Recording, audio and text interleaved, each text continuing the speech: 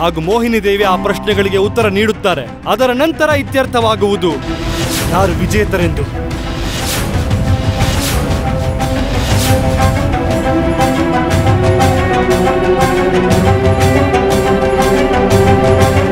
ಆದ್ರೆ ನೀವು ನಿಮ್ಮ ಪಕ್ಷ ನಿಯಮಗಳನ್ನ ನಿರ್ಧಾರ ಮಾಡುವಾಗ ಯಾಕೆ ಹೇಳಲಿಲ್ಲ?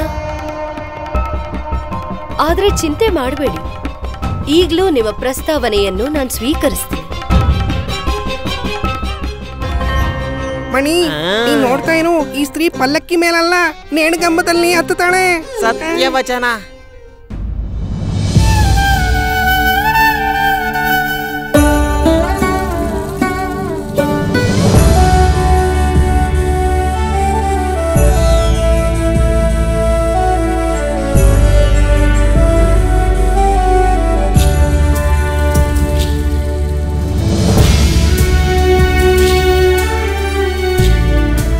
ಮಹಾರಾಜರೇ,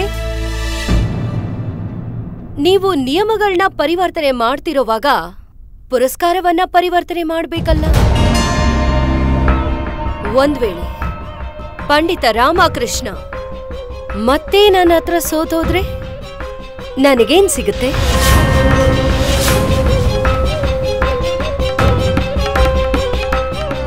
ಒಂದು ವೇಳೆ ನೀವು ರಾಮಕೃಷ್ಣನನ್ನು ಸೋಲಿಸಿದರೆ ಆಗ ನಾವು ರಾಜ ಕೃಷ್ಣದೇವರಾಯ ಸ್ವತಃ ನಮ್ಮ ಪೇಟವನ್ನು ನಮ್ಮ ಕೈಯಿಂದ ನಿಮ್ಮ ಪಾದಗಳ ಹತ್ತಿರ ಇಡುತ್ತೇವೆ.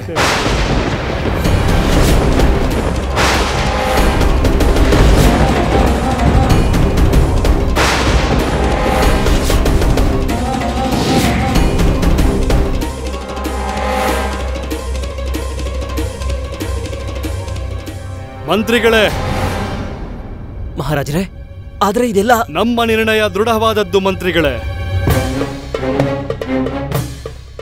ಮಹಾರಾಜ, ನಿಮ್ಮ ಗೌರವ ಈ ಪ್ರತಿಸ್ಪರ್ಧಿಗಳೇ ಇಂದಲ್ಲ.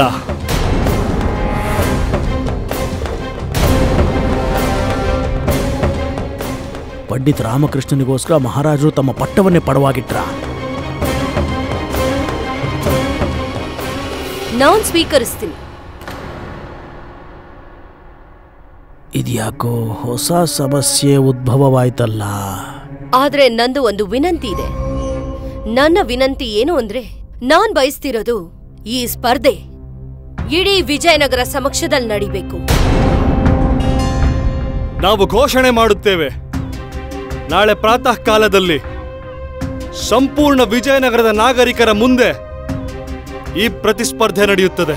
ಅಲ್ಲಿ ಪಂಡಿತ ರಾಮಕೃಷ್ಣ ಮೋಹಿನಿ ದೇವಿಯನ್ನು ಪ್ರಶ್ನೆ ಕೇಳುತ್ತಾರೆ, ಹಾಗೂ ನೀವು ಮೋಹಿನಿ ದೇವಿ ಆ ಪ್ರಶ್ನೆಗಳಿಗೆ ಉತ್ತರ ನೀಡಿ ನಿಮ್ಮ ಬುದ್ಧಿವಂತಿಕೆ ನಿರೂಪಿಸಿಕೊಳ್ಳಿ.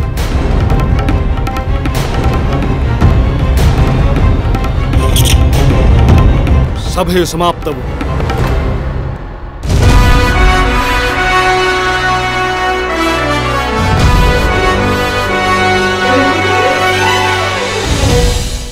ನಾಳೆ ನಡೆಯೋದು ವಿಜಯನಗರದ ಇತಿಹಾಸದಲ್ಲಿ ಒಂದು ಮಹತ್ವ ದಿನವಾಗಿರುತ್ತೆ. ನಾಳೆ ಮಹಾರಾಜ ಕೃಷ್ಣದೇವರಾಯರ ಪೇಟ ನನ್ನ ಕಾಲಿನ ಬಳಿ ಇರುತ್ತೆ. ಮತ್ತೆ ನೀವು ಪಂಡಿತ ರಾಮಕೃಷ್ಣ, ನೀವು ಆಗುವಿರಿ ನನ್ನ ದಾಸ, ಜೀವನ ಪೂರ್ತಿ ದಾಸ.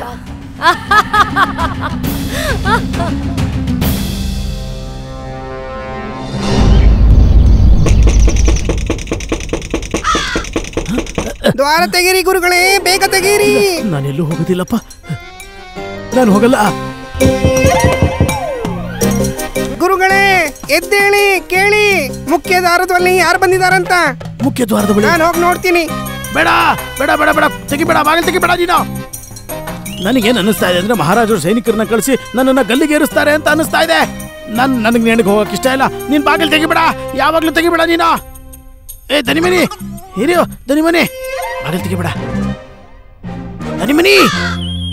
ಈಗ ನಿಮಗೆ ಅರ್ಥ ಆಯ್ತಾ? ಒಂದು ಸತ್ತಿರೋ ಸರ್ಪದ ತರ ನೀವೊಂದು ಕೋಣೆಯಲ್ಲಿ ಅವಿತು ಕುತ್ಕೊಂಡಿದ್ದೀರಾ ಅಂತ. ನಮ್ಮ ಗುರುಗಳು ಯಾಕೆ ಭಯ ಪಡ್ತಾ ಇದ್ದಾರೆ ಅಂದ್ರೆ ಮಹಾರಾಜರಿಗೆ ಎಲ್ಲಾ ವಿಷಯನೂ ಗೊತ್ತಾಗಿದೆ ಅಂತ ಅನ್ಕೊಂಡ್ಬಿಟ್ಟಿದ್ದಾರೆ. ಈ ಷಡ್ಯಂತ್ರದಲ್ಲಿ ನಮ್ಮ ಗುರುಗಳು ಕೂಡ ಶಾಮೀಲಾಗಿದ್ದಾರೆ. ಮತ್ತೆ ಮಹಾರಾಜರು ಇವರ ಅಂತಿಮ ಯಾತ್ರೆಯ ತಯಾರಿ ಮಾಡ್ತಿದ್ದಾರೆ. ರಾಮ ರಾಮ. ಹೇಳಿ ಗುರುಜಿ.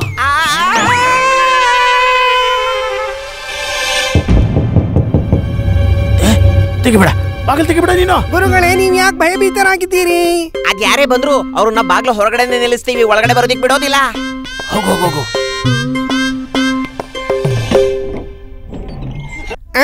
ನೀವಿಲ್ಲಿ ಅಲ್ಲೇ ನಿಲ್ಲಿ. ಏನ್ ಬೇಕು ನಿಮ್ಗೆ? ನಿಂತ್ಕೊಳ್ಳಿ ನಿಂತ್ಕೊಳ್ಳಿ ನಿಂತ್ಕೊಳ್ಳಿ ಅಂತ ಹೇಳ್ತಾ ಇದೀವಲ್ಲ, ಒಳಗಡೆ ಹೋಗೋದಿಕ್ಕೆ ನಿಮ್ಗೆ ಅನುಮತಿ ಇಲ್ಲ. ಎಲ್ಲಿದ್ದೀರಾ ಆಚಾರ್ಯ ತಟಾಚಾರ್ಯರೇ? ಎಲ್ಲಿದ್ದೀರಾ ನೀವು? ಎಲ್ಲಿದಾರ ಅವರು? ನಮ್ಮ ಗುರುಗಳು ಸ್ವಯಂ ಹೇಳಿದ್ದಾರೆ ಅವ್ರು ಒಳಗಡೆ ಇಲ್ಲ ಅಂತ. ನಮ್ಮ ಗುರುಗಳು ಬಚ್ಚಿಟ್ಕೊಂಡಿದ್ದಾರೆ. ನಿಮ್ ಮಾತಿನ ಅರ್ಥ ಏನು? ಅವ್ರು ಬಚ್ಚಿಟ್ಕೊಂಡಿದಾರ?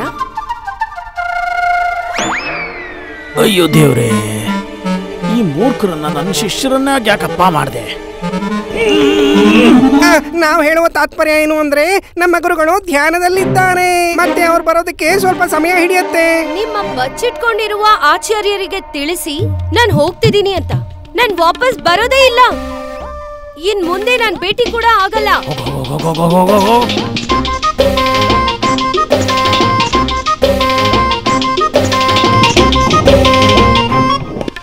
ಹಬ್ಬ ದೇವ್ರೆ, ಬಚಾವಾದೆ. ನಾನ್ ಕೇಳ್ಪಟ್ಟೆ ನಿಮ್ ತಲೆ ಮೇಲೆ ಯಾವಾಗ್ಲೂ ನಿಮ್ ತಾಯಿಯ ಆಶೀರ್ವಾದ ಇರುತ್ತೆ ಅಂತ. ಯಾವ ತಾಯಿಯ ಆಶೀರ್ವಾದ? ಕಾಳಿ ಮಾತೆ ಅಥವಾ ಈ ಮೂಕಿ ತಾಯಿದ? ಒಂದು ವೇಳೆ ನೀವು ರಾಮಕೃಷ್ಣರನ್ನು ಸೋಲಿಸಿದರೆ ಆಗ ನಾವು ರಾಜ ಕೃಷ್ಣದೇವರಾಯ ಸ್ವತಃ ನಮ್ಮ ಕೈಯಿಂದ ನಮ್ಮ ಪೇಟವನ್ನು ನಿಮ್ಮ ಪಾದಗಳಿಗೆ ಸಮರ್ಪಿಸುತ್ತೇವೆ.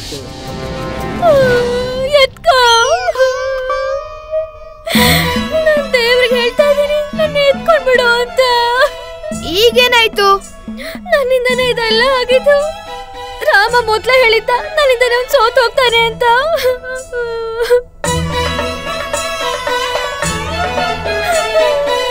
ಶಾರದಾ, ನಾನು ಅದನ್ನೆಲ್ಲ ಸಿಟ್ಟಲ್ಲಿ ಹೇಳಿದ್ದು. ಇದನ್ನೆಲ್ಲ ನನ್ ಸಮಾಧಾನಕ್ಕೆ ಹೇಳ್ತಾ ಇದೀಯ ಅಷ್ಟೇ. ನಾನು ನಿನಗೆ ತೊಂದರೆನೆ ಕೊಟ್ಟಿರ್ಲಿಲ್ಲ ಅಂದಿದ್ರೆ ಇಷ್ಟೆಲ್ಲ ಆಗ್ತಾನೆ ಇರ್ಲಿಲ್ಲ. ಎಲ್ಲ ನಂದೇ ತಪ್ಪು. ನಿನ್ನ ಅಧ್ಯಯನದ ಮಧ್ಯೆ ನನ್ನ ತಲೆ ಹಾಕ್ಬಾರ್ದಾಗಿತ್ತು.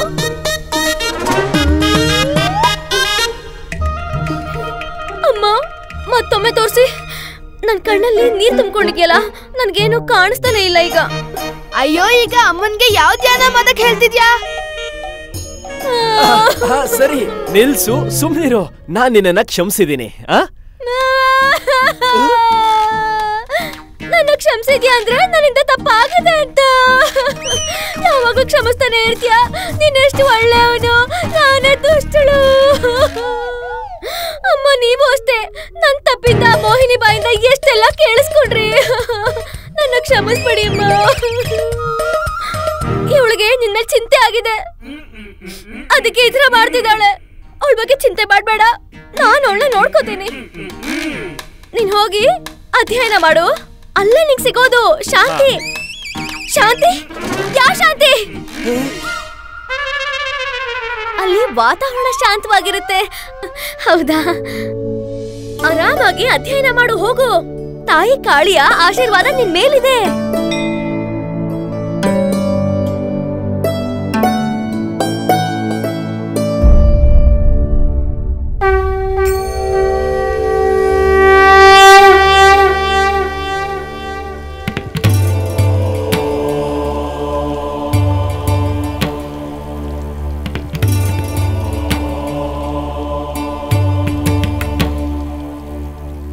ನಿಮ್ಮ ವಿಶಾಲವಾದ ಹೃದಯವನ್ನ ತೋರಿಸ್ಬಿಟ್ರಿ ಮಹಾಪ್ರಭು.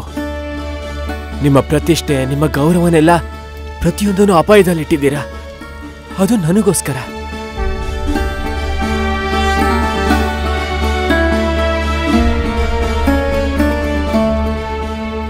ಈ ಬಾರಿ ಸುಮ್ಮನೆ ಕೂತ್ಕೊಳ್ಳುವಂತ ಸಮಯ ಅಲ್ಲ ಅಮ್ಮ. ನೀನ್ ನನ್ನ ಜೊತೆ ಇದ್ರೆ ಕೆಲ್ಸ ಸರಳವಾಗುತ್ತೆ. ಪಂಡಿತ ರಾಮಕೃಷ್ಣ,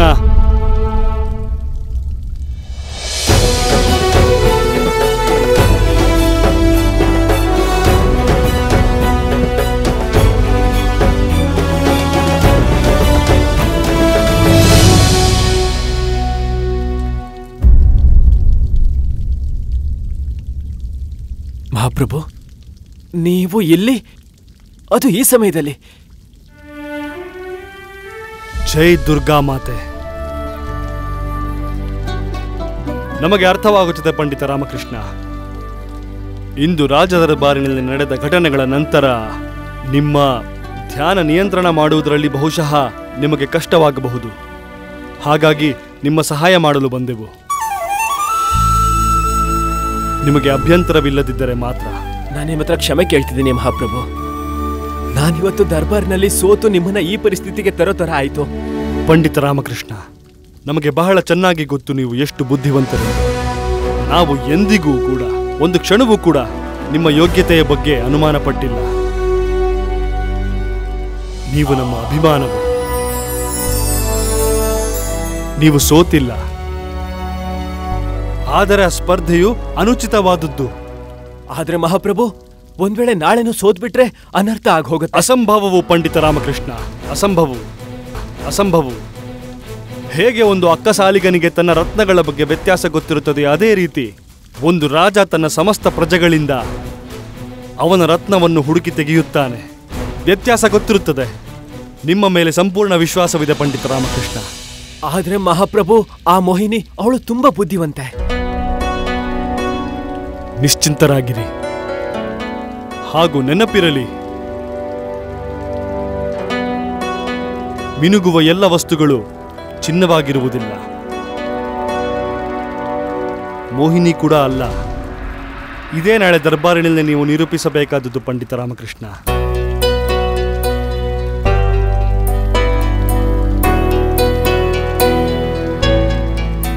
ಪಂಡಿತ ರಾಮಕೃಷ್ಣ, ನಾವು ನಿಮ್ಮ ಸಹಾಯಕ್ಕೆ ಎಂದು ತಯಾರಿದ್ದೇವೆ. ಆದರೆ ಒಂದು ವೇಳೆ ನಮ್ಮ ಉಪಸ್ಥಿತಿ ನಿಮ್ಮ ಧ್ಯಾನವನ್ನು ವಿಚಲಿತಗೊಳಿಸುವುದಾದರೆ ನಾವು ಇಲ್ಲಿಂದ ಹೊರಡುತ್ತೇವೆ. ಇಲ್ಲ ಮಹಾಪ್ರಭು, ಆ ಥರ ಏನಿಲ್ಲ. ನಿಮ್ಮ ಉಪಸ್ಥಿತಿಯಲ್ಲಿ ನನ್ನ ಆತ್ಮವಿಶ್ವಾಸ ಇನ್ನೂ ಜಾಸ್ತಿ ಆಗುತ್ತೆ. ನೀವು ಕೂತ್ಕೊಳ್ಳಿ.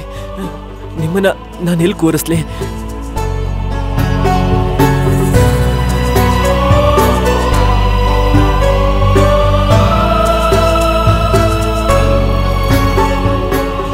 ಕೂತ್ಕೊಳ್ಳಿ ಮಹಾಪ್ರಭು. ಪಂಡಿತ ರಾಮಕೃಷ್ಣ, ನಾವು ಪ್ರಸನ್ನರಾದೆವು.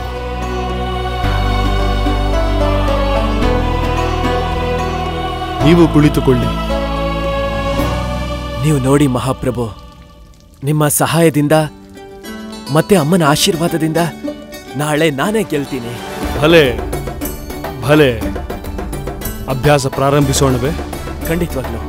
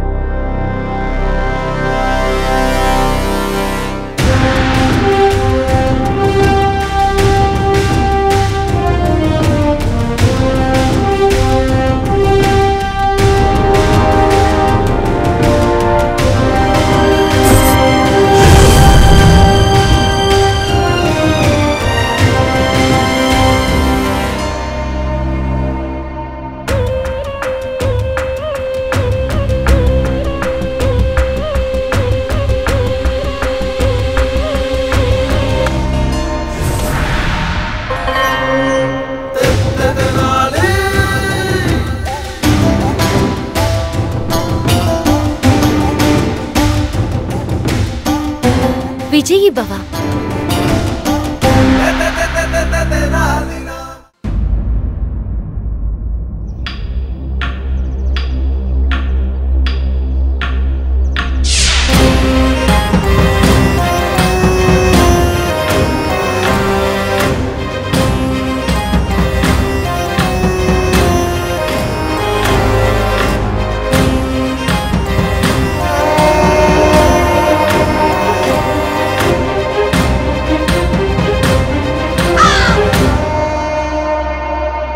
ಎಲ್ರೂ ಬಂದಾಯ್ತು. ಪಂಡಿತ ರಾಮಕೃಷ್ಣ ಯಾಕೆ ಬಂದಿಲ್ಲ?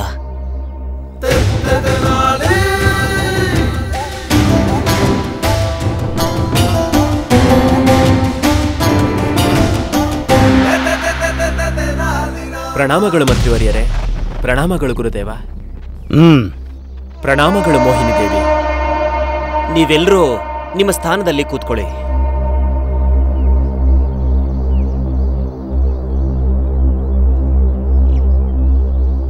ಮಹಾರಾಜ ಕೃಷ್ಣದೇವರಾಯರಿಗೆ ಮಹಾರಾಜ ಕೃಷ್ಣದೇವರಾಯರಿಗೆ ಮಹಾರಾಜ ಕೃಷ್ಣದೇವರಾಯರಿಗೆ ಮಹಾರಾಜ ಕೃಷ್ಣದೇವರಾಯರಿಗೆ ಮಹಾರಾಜ ಕೃಷ್ಣದೇವರಾಯರಿಗೆ ಮಹಾರಾಜ ಕೃಷ್ಣದೇವರಾಯರಿಗೆ ಮಹಾರಾಜ ಕೃಷ್ಣದೇವರಾಯರಿಗೆ.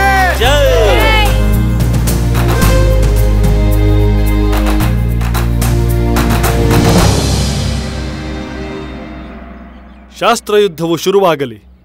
ಮಹಾರಾಜರೇ, ಯಾವ ರೀತಿ ಮೋಹಿನಿ ದೇವಿಯ ಪ್ರಶ್ನೆಗಳನ್ನು ಉತ್ತರಿಸೋದಕ್ಕೆ ಪಂಡಿತ ರಾಮಕೃಷ್ಣನಿಗೆ ಸಮಯ ಕೊಟ್ಟಿದ್ವೋ ಅದೇ ರೀತಿ ಸರಿಯಾಗಿ ಪಂಡಿತ ರಾಮಕೃಷ್ಣನ ಪ್ರಶ್ನೆಗಳಿಗೆ ಉತ್ತರಿಸೋದಕ್ಕೆ ಮೋಹಿನಿ ದೇವಿಗೂ ಅಷ್ಟೇ ಸಮಯವನ್ನು ನಿರ್ಧರಿಸಲಾಗಿದೆ. ಪಂಡಿತ ರಾಮಕೃಷ್ಣ, ಪ್ರಶ್ನೋತ್ತರ ಆರಂಭವಾಗಲಿ.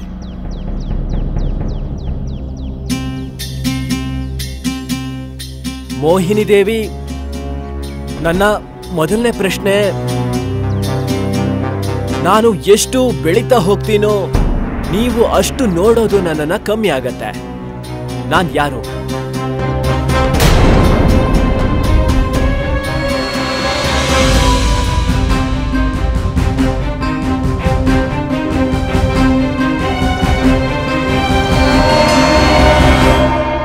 ಉತ್ತರ ಅಂಧಕಾರ.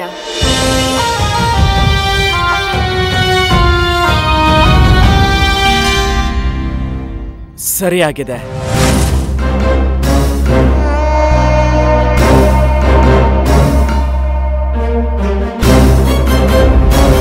ಈಗ ನನ್ನ ಎರಡನೇ ಪ್ರಶ್ನೆ, ಅದೇನದು ಅದರ ಹೆಸರು ಹೇಳ್ದ ಹಾಗೆ ಅದು ನಿಶ್ಶಬ್ದವಾಗ್ಬಿಡತ್ತೆ.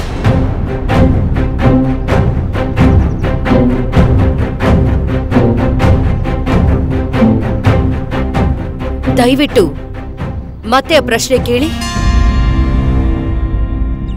ಅದೇನದು ಅದರ ಹೆಸರು ಹೇಳ್ತಾ ಇದ್ದ ಹಾಗೆ ಅದು ನಿಶ್ಶಬ್ದವಾಗತ್ತೆ ಅಂತ. ಇದೆಂತ ಪ್ರಶ್ನೆ? ವಿಶ್ವದಲ್ಲಿ ಆ ರೀತಿ ಯಾವತ್ತೂ ಆಗಲ್ಲ. ಗುರುಗಳೇ, ನಿಮ್ಮ ಮಾನಸಿಕ ಪರಿಸ್ಥಿತಿ ಸರಿ ಇದೆಯೋ ಇಲ್ವಾ? ರಾಮನ ಹೆಸರನ್ನ ತಗೋತಿದ್ದ ಹಾಗೆ ನಿಶ್ಶಬ್ದ ಆಗುತ್ತೆ.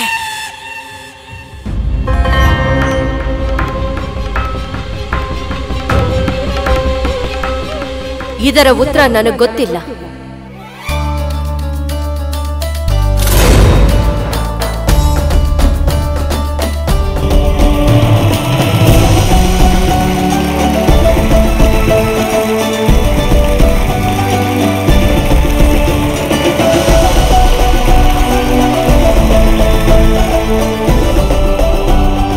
ಉತ್ತರವೇ ಮೌನ, ಅಂದ್ರೆ ಶಾಂತಿ. ಈ ಪಂಡಿತ ರಾಮಕೃಷ್ಣ ಗೆದ್ದೇ ಬಿಟ್ನಲ್ಲಪ್ಪ. ಶಾಂತಿನಾ? ಆದ್ರೆ ಇದ್ ಯಾವ ತರದ್ ಪ್ರಶ್ನೆ? ನೀವ್ ಯಾವಾಗ್ಲೇ ಶಾಂತಿ ಹೇಳಿದ್ರು ಶಾಂತಿ ಭಂಗವಾಗುತ್ತದೆ. ನನ್ ಕೂಡ ಗೊತ್ತಿತ್ತು, ನಾನು ನಿಮ್ ಪರೀಕ್ಷೆ ಮಾಡ್ತಿದ್ದೆ ಅಷ್ಟೇ. ಪಂಡಿತ ರಾಮಕೃಷ್ಣ, ಅದ್ಭುತ. ಮೋಹಿನಿ ದೇವಿ, ನೀವು ಪ್ರಶ್ನೆಗೆ ಉತ್ತರ ನೀಡಲಾಗಲಿಲ್ಲ, ಅಂದರೆ ನೀವು ಸೋತು ಹೋದಿರಿ. ನಿಮಗೆ ಸ್ವೀಕಾರವೇ ಈ ಸೋಲು? ಪ್ರಭು ಕ್ಷಮಿಸಿ, ಆದ್ರೆ ನನ್ನ ಕಡೆಯಿಂದ ಅವರಿಗೆ ಇನ್ನೊಂದು ಅವಕಾಶನ ಕೊಡಬೇಕಾಗುತ್ತೆ. ನಾನು ಕೂಡ ಇವರ ಅಂತಿಮ ಪ್ರಶ್ನೆಗೆ ಉತ್ತರ ಕೊಡೋದಕ್ಕೆ ಅಸಮರ್ಥನಾಗಿದ್ದೆ. ಅತ್ಯಂತ ನಿಷ್ಪಕ್ಷಪಾತ ಯೋಚನೆ ಪಂಡಿತ ರಾಮಕೃಷ್ಣ. ಮೋಹಿನಿ ದೇವಿ, ಈ ಅವಕಾಶನ ಕಳ್ಕೋಬೇಡ. ಪಂಡಿತ ರಾಮಕೃಷ್ಣ, ನೀನು ಸ್ವತಃ ನಿನ್ನ ಕಾಲಿನ ಮೇಲೆ ಕಲ್ಲು ಎಳ್ಕೊಂಡೆ. ಇವಾಗ ನೋಡ್ತೀನಿ ನಾನೇನ್ ಮಾಡ್ತೀನಿ ಅಂತ.